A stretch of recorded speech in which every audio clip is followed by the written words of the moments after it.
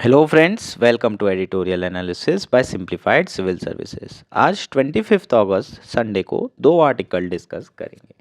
First article जो discuss किया जाएगा वो है why sanction for prosecution needed. इस आर्टिकल में हम प्रिवेंशन ऑफ करप्शन एक्ट 2018 के बारे में बात करेंगे और पब्लिक सर्वेंट के अगेंस्ट में इन्वेस्टिगेशन शुरू करने के लिए सैंक्शन या फिर अप्रूवल की ज़रूरत क्यों पड़ती है, कौन सैंक्शन देता है, ये सारे एस्पेक्ट कवर किए जाएंगे। बहुत इंपॉर्टेंट आर्टिकल है GS4 एथिक्स के पर्सपेक्टिव से और GS2 पॉलिटी के पर्सपेक्टिव से। नेक्स्ट आर्टिकल जो डिस्कस करेंगे वो है what is vaccine derived polio. बहुत इंपॉर्टेंट है यार, ये 25 के लिए प्रीलिम्स में आपको ये पूछा जा सकता है। अगर आपको हमारा एनालिसिस पसंद आ रहा है तो प्लीज़ आप लोग लाइक करें, कमेंट करें, शेयर करें, सब्सक्राइब करें। और अगर आपको इसके नोट्स चाहिए, शॉर्ट नोट्स चाहिए, तो आप हमारा टेलीग्राम चैनल भी ज्वाइन कर सकते हैं और इसकी PDF चाहिए तो भी आपको टेलीग्राम में मिल जाएगा, जिसकी लिंक आपको नीचे दी गई होगी। मोर पे क्लिक करेंगे, डायरेक्टली ज्वाइन कर पाएंगे या फिर सिंप्लीफाइड सिविल सर्विस सर्च भी कर लीजिए। आइए शुरू करते हैं हमारा एनालिसिस। हमारा फर्स्ट आर्टिकल है why is sanction for prosecution is needed. यह आर्टिकल द हिंदू में आया है। GS2 पॉलिटी मेंस के पर्सपेक्टिव से काफ़ी इंपॉर्टेंट आर्टिकल है। GS4 एथिक्स के पर्सपेक्टिव से भी इम्पॉर्टेंट आर्टिकल है। इस आर्टिकल में हम प्रिवेंशन ऑफ करप्शन एक्ट के बारे में बात करेंगे, जो आपको GS2 में भी पूछा जा सकता है और एथिक्स में भी पूछा जा सकता है। जब पढ़ेंगे तब आपको समझ में आ जाएगा क्यों एथिक्स में भी पूछा जा सकता है। आर्टिकल शुरू करते हैं। सबसे पहले जो कंटेक्स्ट है उसे देख लेते हैं। The issue of granting sanction to prosecute a public servant has once again come to the fore following Karnataka Thawarchand Gehlot approval to open an investigation against Chief Minister Sita Ramaiah and to prosecute him in connection with the alleged irregularities in the allotment of compensatory plots to his wife whose land had been lost to acquisition process by the Mysore Urban Development Authority. जो public servant हैं उनके against अगर कोई case file भी करना है, investigation भी शुरू करना है, तो सबसे पहले कंपिटेंट अथॉरिटी से परमिशन लेनी पड़ती है। फॉर एग्जाम्पल, अगर CBI को सर्टेन पब्लिक सर्वेंट के अगेंस्ट में केस फाइल करने के लिए सारे एविडेंस मिल चुके हैं, इवन इन्वेस्टिगेशन शुरू करने के लिए भी उन्हें सारे एविडेंस मिल चुके हैं, लेकिन अगर उन्हें सेंट्रल गवर्नमेंट से परमिशन नहीं मिलती है उनके अगेंस्ट प्रोसिक्यूशन शुरू करने के लिए या फिर इन्वेस्टिगेशन शुरू करने के लिए, तो फिर उनके अगेंस्ट कोई केस फाइल नहीं किया जा सकेगा। ये जो है नियम बनाए गए हैं, CRPC के अंदर हैं, प्रिवेंशन ऑफ करप्शन एक्ट के अंदर हैं, और जो अभी भारतीय न्याय संहिता आई है उसमें भी ये सारी चीज़ें रिटेन की हुई है। ठीक, तो ये जो इशू है जिसमें प्रोसिक्यूट करने के लिए पब्लिक सर्वेंट को सैंक्शंस की ज़रूरत होती है, ये एक बार और फिर से डिबेट में है। कर्नाटका के जो गवर्नर हैं उन्होंने इन्वेस्टिगेशन करने की इजाज़त दे दी है against the chief minister of Karnataka, और जो मुद्दा है वो करप्शन से रिलेटेड है, वो लैंड से रिलेटेड है। मुद्दे से अपने को ज़्यादा मतलब नहीं है, बस इतना पता होना चाहिए कि एक करप्शन केस है जो चीफ मिनिस्टर ऑफ कर्नाटका के अगेंस्ट में फाइल किया जा रहा है, और उसके लिए जो कॉम्पिटेंट अथॉरिटी है वो गवर्नर है और उन्होंने अपनी परमिशन दे दी है। चीज़ें क्लियर है? ये हमारा पूरा कॉन्टेक्स्ट है। शुरू करते हैं। Why is sanction required to prosecute a public servant. आखिर ये सैंक्शन की ज़रूरत क्यों है? ये आर्टिकल 14 का वायलेशन नहीं है। यहाँ पर हम पब्लिक सर्वेंट को अलग तरीके से ट्रीट कर रहे हैं। तो आर्टिकल 14 तो बोलता है कि सारे लोगों को इक्वली ट्रीट करना चाहिए, सबके सब इक्वल हैं लॉ के समक्ष, इक्वलिटी बिफोर लॉ। लेकिन यहाँ पर लॉ के सामने हम क्या कर रहे हैं, पब्लिक सर्वेंट को अलग तरीके से। अगर मान लीजिए मैं एज अ इंडिविजुअल कोई करप्शन केस में फंसता हूँ, लेकिन मैं पब्लिक सर्वेंट नहीं हूँ, सिंपल प्राइवेट सेक्टर में काम करता हूँ, तो तुरंत जो है इनकम टैक्स वाले मेरे घर आके छापा मारना और ये सारी चीज़ें करेंगे। पर क्या ये IAS के अगेंस्ट में पॉसिबल है? बिल्कुल पॉसिबल नहीं है। तो यहाँ पर जो प्राइवेट सेक्टर में काम कर रहा है और जो पब्लिक सर्वेंट है, उन दोनों में तो सेम लॉ होने के बावजूद भी उन्हें अलग अलग ट्रीटमेंट दिया जा रहा है, इसलिए ये आर्टिकल 14 का वॉयलेशन है। लेकिन क्यों आखिर पब्लिक सर्वेंट को अलग ट्रीट किया जा रहा है, इसके रीज़न समझने की ज़रूरत है।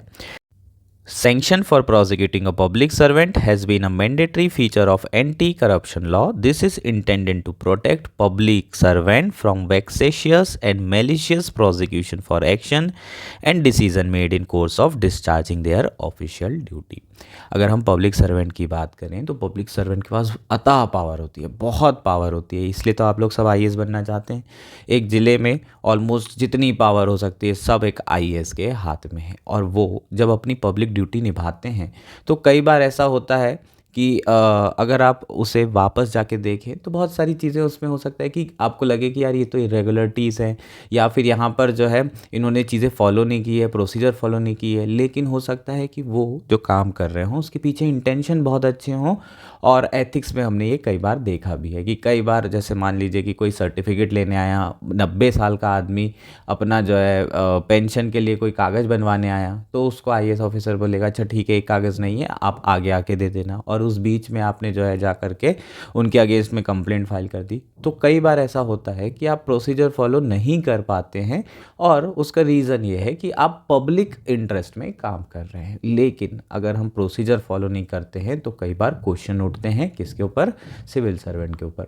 सो सिविल सर्वेंट को प्रोटेक्ट करना बहुत ज़्यादा ज़रूरी है, क्योंकि अल्टीमेटली आपका जो एंड है वो क्या है, पब्लिक इंटरेस्ट सर्व करना। प्रोसीजर फॉलो तो करना है ही, लेकिन अगर प्रोसीजर फॉलो करते करते पब्लिक इंटरेस्ट सर्व नहीं हो रहा है तो फिर ऐसे में बहुत ज़्यादा लॉस होगा। इसलिए ब्यूरोक्रेसी में रेड टेपिज्म बहुत ज़्यादा होता है। क्यों होता है, क्योंकि अगर आप प्रोसीजर फॉलो करो तो डिसीजन मेकिंग बहुत टाइम हो जाएगा, अगर प्रोसीजर फॉलो नहीं किए तो उनको उनके अगेंस्ट चार्जेस लगाए जा सकते हैं। सो ये रेड टेपिज्म को कम करने के लिए इस तरीके के सेक्शंस डाले गए हैं जिसके थ्रू आपके सिविल सर्वेंट को प्रोटेक्ट किया जाए। अगर कॉम्पिटेंट अथॉरिटी चीफ मिनिस्टर को लगता है कि ये जो सिविल सर्वेंट है ये बहुत बढ़िया काम करता है और इसने अगर कुछ छोटी मोटी प्रोसीजरल एरर भी किया है तो ये बड़ा इशू नहीं है, इसके अगेंस्ट में कोई भी चार्जेस फाइल नहीं किए जाने चाहिए, तो वो फाइल इन्वेस्टिगेशन भी ओपन नहीं होगा। इसलिए ये जो सैंक्शन है वो मैंडेटरी कर दिया गया है। Section 197 of the code of criminal procedure code said no court could take cognizance of a case against a public servant unless a authority competent to remove that person grant sections। 197 section CrPC में clearly ये कहा गया है कि कोई भी court नहीं ले सकता पब्लिक सर्वेंट के अगेंस्ट में कोई भी केस जब तक के जो कॉम्पिटेंट अथॉरिटी है या फिर वो अथॉरिटी जो पब्लिक सर्वेंट को रिमूव कर सकती है, सिर्फ उसी अथॉरिटी के सैंक्शन के बाद ही क्या किया जा सकेगा, कोर्ट में केस फाइल किया जा सकेगा। The section 6 of prevention of corruption act 1947 has similar provision. However the sanction requirement was limited to the period when the public servant was in office. इसका मतलब जब पब्लिक सर्वेंट ऑफिस में है तब तक ही उन्हें ये प्रोटेक्शन प्रोवाइड होगा। एक बार वो रिटायर हो गए उसके बाद प्रोटेक्शन प्रोवाइड नहीं होता है, और ये एक बहुत बड़ा इशू भी है। कई बार ब्यूरोक्रेट्स इस बात से डरते हैं कि अगर हमने प्रोसीजरल इरेगुलरिटी की है ना, रेड टेपिज्म हो रहा है होने दो, डिले हो रहा है होने दो, लेकिन अगर मैंने कुछ अच्छा करने के चक्कर में कुछ प्रोसीजर गलत कर दिया तो मैं रिटायरमेंट हो जाएगा मेरा, लेकिन उसके बाद 10 साल तक मेरे ऊपर केस चलाते रहेंगे। इसलिए भी जो आपकी ब्यूरोक्रेसी है उसकी उतनी एफिशिएंसी हमें नहीं देखने को मिलती है, क्योंकि जो प्रोटेक्शन है वो लिमिटेड है जब तक के पब्लिक सर्वेंट ऑफिस में है। ठीक, under both CrPC and the prevention of corruption act the state government and central government has the authority to sanction prosecution of their respective employees. ठीक, सो सीआरपीसी और PCA act, prevention of corruption act के अंदर clear cut provision है कि केंद्र सरकार के अगर आप एम्प्लॉय हैं तो केंद्र सरकार परमिशन देगा, अगर स्टेट गवर्नमेंट के एम्प्लॉय हैं तो स्टेट गवर्नमेंट परमिशन देगा। What are the latest provision on granting sanction? Section 218 of भारतीय नागरिक सुरक्षा संहिता, the procedure code that has replaced the CRPC retains the sanctions provision. Same provision आपके BNSS में भी रिटेन किए गए हैं। when the PCA was amended in 2018, a new provision was introduced under which the government approval is required even to begin a investigation. 2018 में prevention of corruption act का amendment हुआ था, जिसे अभी हम पढ़ेंगे, जो कि आपके लिए काफ़ी इंपॉर्टेंट है। और इसमें सरकार ने ये कर दिया था कि अगर इन्वेस्टिगेशन भी शुरू करना है तो भी आपको सैंक्शन गवर्नमेंट अप्रूवल की ज़रूरत पड़ेगी। While under section 17A the appropriate authority approval is necessary to begin an investigation, the provision for section under section 19 is a prerequisite for any court to take cognizance of chargesheet और complaint of corruption. ठीक, so ये basically आपके जो recent provision है वो हो जाएंगे। Now बात कर लेते हैं करंट केस की। कर्नाटका केस, जिसमें सीएम के अगेंस्ट में करप्शन के चार्जेस लगाए जा रहे हैं और गवर्नर ने सैंक्शन दे दिया है, अप्रूवल दे दिया है। तो यहाँ पर क्वेश्चन क्या उठता है, पहली बात तो कि अगर सेंट्रल गवर्नमेंट का एम्प्लॉय है तो सेंट्रल गवर्नमेंट सैंक्शन और अप्रूवल करता है, अगर स्टेट गवर्नमेंट का एम्प्लॉय है तो स्टेट गवर्नमेंट अप्रूव करता है। लेकिन अगर स्टेट गवर्नमेंट में चीफ मिनिस्टर की हम बात कर रहे हैं, जो कि हेड ऑफ स्टेट गवर्नमेंट होते हैं, सो अगर उनके अगेंस्ट में केस है तो अप्रूवल कौन देगा? गवर्नर देगा, सेंट्रल गवर्नमेंट देगी, या फिर सुप्रीम कोर्ट देगी, जुडिशरी देगी? कौन देगा वो सैंक्शन, अप्रूवल कौन देता है? ये एक क्वेश्चन उठकर आता है।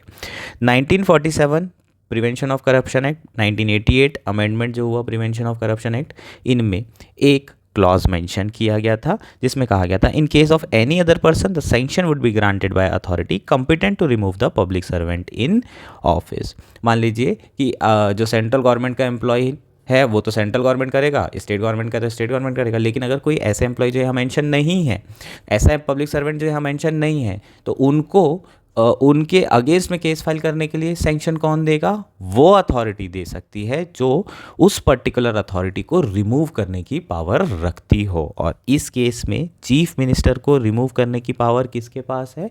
गवर्नर के पास है। चीफ मिनिस्टर कब तक के ऑफिस में रह सकते हैं? जब तक गवर्नर चाहते हैं, ये तो हम जानते हैं। सो गवर्नर के पास चीफ मिनिस्टर को हटाने की पावर होती है। ये बात अलग है कि जब तक कि आप चीफ मिनिस्टर को नहीं हटा सकते जब तक कि उसके पास मेजॉरिटी है, लेकिन एक्चुअल में पावर तो होती गवर्नर के ही पास है। अब इशू क्या है? गवर्नर तो नॉमिनल हेड होते हैं, चीफ मिनिस्टर तो रियल हेड होता है, और गवर्नर को किसके एडवाइस पे काम करना होता है? चीफ मिनिस्टर की एडवाइस पे। अब चीफ मिनिस्टर बोल रहा है कि मेरे अगेंस्ट आप केस मत करिए, मैं आपको एडवाइस कर रहा हूँ, तो गवर्नर को क्या करना पड़ेगा? चीफ मिनिस्टर ने बोला है तो करने का तो करना पड़ेगा। तो यही कंट्रोवर्सी हो रही है कि चीफ मिनिस्टर क्या बोल रहे हैं कि भाई मेरे अगेंस्ट केस आप मत करिए, क्योंकि आप बाउंडेड हैं कॉन्स्टिट्यूशन के अंदर कि आप सिर्फ और सिर्फ मेरी ही एड एंड एडवाइस पे काम कर सकते हैं, क्योंकि आप नॉमिनल हेड है। लेकिन इस पर्टिकुलर केस में गवर्नर ने अपने डिस्क्रिशनरी पावर का इस्तेमाल किया है, अपने विवेक का इस्तेमाल किया है, और जो कर्नाटका के सीएम हैं उनके अगेंस्ट अप्रूवल दे दिया है। अब सीबीआई, ईडी, जितनी भी एजेंसीज हैं, चीफ मिनिस्टर के अगेंस्ट क्या कर सकती है? इन्वेस्टिगेशन शुरू कर सकती, इवन उन्हें प्रोसिक्यूट कर सकती है। क्लियर है? सो ये हमारा जो है पूरा का पूरा इशू था। सुप्रीम कोर्ट ने क्या डिसीजंस दिए हैं? पहले भी इस तरह के इशू आए होंगे, बिल्कुल आए हैं, तो वो देख लेते हैं। In the case of AR Antulay, the Supreme Court held that governor should act in his discretion. Supreme Court ने माना है कि गवर्नर को अपने विवेक का इस्तेमाल करना है, डिस्क्रिशन का इस्तेमाल करना है। We have no doubt in our mind that there is a prosecution of chief minister. The governor would, while determining whether sanction for such prosecution should be granted or not under section 6 of the Prevention of Corruption Act, as a matter of propriety necessary, act in his discretion and not on the advice of council of minister. ये तो एकदम ही basic चीज़ है। मेरे against case है तो मैं तो हमेशा मना ही करूँगा। तो गवर्नर यहाँ पर अथॉरिटी, उसके पास जो पावर हो जाएगी वो काउंसिल ऑफ मिनिस्टर से एड एंड एडवाइस नहीं लेगा, ले भी सकता है लेकिन उसके बावजूद भी डिसीजन लेगा अपने विवेक के अनुसार, और यहाँ पर किसी और की एडवाइस उस पर बाइंडिंग नहीं होगी। और भी इस तरह के केस आए हैं। मध्य प्रदेश में भी एक ऐसा केस था जिसमें 2 मिनिस्टर के अगेंस्ट करप्शन चार्जेस थे। काउंसिल ऑफ मिनिस्टर ने बोला कि उनके अगेंस्ट कोई मटेरियल नहीं मिल रहा है, लेकिन लोकायुक्त ने बोला कि चार्जेस तो भाई कन्फर्म है। गवर्नर ने लोकायुक्त की बात भी सुनी, काउंसिल ऑफ मिनिस्टर की बात भी सुनी, और उसके बाद डिसाइड किया कि इनके अगेंस्ट सैंक्शन दिया जाना चाहिए। फिर सुप्रीम कोर्ट चले गए, सुप्रीम कोर्ट गए तो सुप्रीम कोर्ट ने in Madhya Pradesh and special police establishment versus state of MP and others 2004 में ये कहा कि काउंसिल का डिसीजन तो इरेशनल है, और जो गवर्नर का डिसीजन था उसे अपहेल्ड कर दिया। बोला कि इनके अगेंस्ट केस फाइल करो। तो सुप्रीम कोर्ट के जो जजमेंट है वो भी यही कह रहे हैं कि गवर्नर के पास पावर है। नाउ अब प्रिवेंशन ऑफ करप्शन एक्ट देख लेते हैं। यार 2018 में आया था ये, अभी तक के इसके ऊपर क्वेश्चन नहीं पूछा गया है पॉलिटी में, है ना। GS 4 में थोड़े बहुत टर्म्स के ऊपर क्वेश्चन आया, जैसे कि अनड्यू एडवांटेज के ऊपर यूपीएससी ने क्वेश्चन एथिक्स में पूछा है। सो बहुत इंपॉर्टेंट है ये एक्ट आपके लिए। GS 4 एथिक्स में भी आपको समहाउ किसी ना किसी तरीके से पूछा जा सकता है या फिर आप यूज़ कर सकते हैं। सो 2018 में ये जो अमेंडमेंट है वो लाया गया था। 1947 में एक्ट बनाया, 1988 में अमेंडमेंट किया, लेकिन उतनी ज़्यादा सक्सेस नहीं मिल पा रही थी। करप्शन केसेस बहुत ज़्यादा बढ़ रहे थे। इवन आज भी करप्शन बहुत ज़्यादा है। अगर हम ग्राउंड लेवल पर देखें तो बहुत ज़्यादा जो पब्लिक सर्वेंट है वो करप्ट है और करप्शन कर रहे हैं। सो लिमिटेड सक्सेस के कारण 2018 में प्रिवेंशन ऑफ करप्शन एक्ट में अमेंडमेंट किए गए। The amendment act attempted to bring the PCA in line with United Nation convention against corruption 2005 which was ratified by India 2011। So United Nation convention against corruption 2005 को India ने 2011 में ratify किया था, और PCA जो act बनाया गया वो इसी से अलाइन करते हुए बनाया गया। जो प्रोविजंस इस कन्वेंशन में दिए हुए थे उसी तरह के प्रोविजन भी PCA एक्ट में डाले गए। नाउ बात कर लेते हैं क्या क्या अमेंडमेंट किया गया था। डेफिनेशन ऑफ अनड्यू एडवांटेज थोड़ी सी चेंज की गई, स्कोप को थोड़ा बढ़ा दिया गया। The amendment act has defined undue advantage to mean any gratification other than legal remuneration that a public servant is permitted to receive. Undue advantage क्या होता है? अगर हम इंग्लिश मीनिंग वो देखें तो अनरीजनेबल बेनिफिट और एक्सेसिव एडवांटेज लेना, इसको हम अनड्यू एडवांटेज बोलते हैं। सो यहाँ पर क्लियर कट ये कह दिया गया है कि अनड्यू एडवांटेज का मतलब ये है कि अगर आपको जो लीगल रिम्यूनरेशन, जो आपको मंथली सैलरी मिल रही है, उसके अलावा आप किसी भी तरह की चीज़ें, किसी भी तरह का बेनिफिट ले रहे हैं तो उसे अनड्यू एडवांटेज में काउंट किया जाएगा। इसका मतलब सैलरी के अलावा कुछ भी, एनीथिंग, सबका सब अनड्यू एडवांटेज है, किसी भी तरह का ग्रेटिफिकेशन। समझ में आया क्या? नेक्स्ट है person liable for offering a bribe to the public servant. पहले क्या होता था, जो पब्लिक सर्वेंट है वो करप्शन केस में जैसे पकड़ा आ गया रंगे हाथों, तो जो पब्लिक सर्वेंट है उसके अगेंस्ट में केस फाइल किया जाता था। लेकिन जो ब्राइब दे रहा है उसके अगेंस्ट में कभी केस फाइल नहीं होता था। इसमें क्या किया है, अगर आप ब्राइब दे रहे हैं तो आपके अगेंस्ट भी केस फाइल किया जाएगा। अब कई बार ऐसा भी हो सकता है कि स्टिंग ऑपरेशन कर रहा हो कोई, तो आप तो उसके अगेंस्ट में भी केस फाइल कर दोगे। तो इस केस में ये कहा गया था कि अगर मान लीजिए आप 7 दिन के अंदर सामने आ जाते हैं ब्राइब देने के बाद और बताते हैं कि आपने ऐसे ऐसे ब्राइब दी है इनको, तो आपके अगेंस्ट केस फाइल नहीं होगा।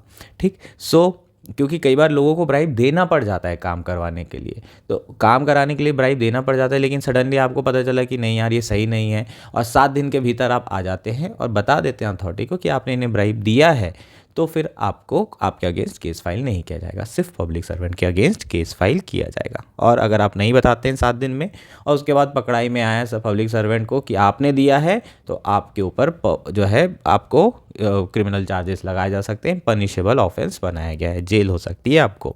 इसी तरीके से अगर कोई कमर्शियल ऑर्गेनाइजेशन है, कोई बिजनेस ऑर्गेनाइजेशन है, वो ब्राइब ऑफर कर रहा है किसी पब्लिक सर्वेंट को, किसी सिविल सर्वेंट को, ताज होटल में रुकवा रहा है, हॉलीडेज लेके जा रहा है, अगर इस तरह की चीज़ें पता चलती है तो ये भी क्रिमिनल चार्जेस इन ऑर्गेनाइजेशन के अगेंस्ट में डाले जाएंगे और ये भी एक पनिशेबल ऑफेंस होगा। सो यहाँ चेंज क्या किया गया है, जो ब्राइब दे रहा है और जो ले रहा है दोनों के अगेंस्ट में केस फाइल होगा। पहले सिर्फ लेने वाले के अगेंस्ट में केस फाइल किया जाता था। इसके अलावा prior sanction for investigation and prosecution, इसके बारे में अपन ऑलरेडी पढ़ चुके हैं। इन्वेस्टिगेशन करने के लिए भी आपको अप्रूवल लेने की ज़रूरत पड़ेगी, यही चेंज किया गया था। इसके अलावा attachment of property, the amendment act has provided for the application of prevention of money laundering act 2002, criminal law amendment ordinance 1944 for attachment and administration of property procured by means of an offence under PCA.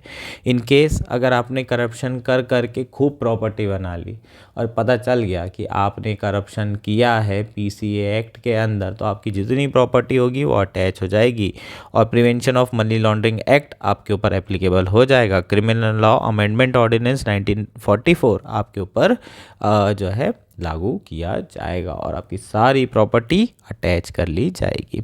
Enhancement of punishment, जो minimum punishment है वो पहले 6 महीने की थी, उसे 3 साल कर दिया गया है। मैक्सिमम पनिशमेंट पहले 5 साल था, अब उसे 7 साल कर दिया गया है। सो ये आपका प्रिवेंशन ऑफ करप्शन एक्ट था। चीज़ें क्लियर है? हमारा नेक्स्ट और आज का लास्ट आर्टिकल है what is vaccine derived polio. यह आर्टिकल द हिंदू में आया है। GS2 हेल्थ के पर्सपेक्टिव से इंपॉर्टेंट है, प्रीलिम्स के पर्सपेक्टिव से बहुत ज़्यादा इंपॉर्टेंट है, मेंस में पूछने के चांसेस कम है। 2025 प्रीलिम्स में डिसीज़ थीम के अंदर आपको वैक्सीन डिराइव पोलियो वायरस के ऊपर क्वेश्चन पूछा जा सकता है। किस तरीके से ये वाइल्ड पोलियो वायरस से अलग है। पहली चीज़, ऑल ओवर द वर्ल्ड अगर हम देखें तो WHO ने पोलियो वायरस को डिक्लेयर कर दिया है कि हमने पूरी तरीके से इसे इरेडिकेट कर चुके हैं। सो ये जो केसेस आ रहे हैं ये कौन से केसेस हैं, ये वैक्सीन डिराइव पोलियो वायरस क्या है, ये सारे एस्पेक्ट इस आर्टिकल में पढ़ेंगे। काफ़ी इंपॉर्टेंट आर्टिकल है प्रीलिम्स के पर्सपेक्टिव से। सबसे पहले कॉन्टेक्स्ट देख लेते हैं। अ 2-year-old child in Tikkrikila, Meghalaya has been infected with vaccine derived polio. This is not a case of wild polio virus but an infection that present in some people with low immunity. So Meghalaya में एक 2 साल का जो बच्चा है वो infect हुआ है विथ वैक्सीन डिराइव्ड पोलियो। ये जो वाइल्ड पोलियो वायरस है उसका केस बिल्कुल भी नहीं है।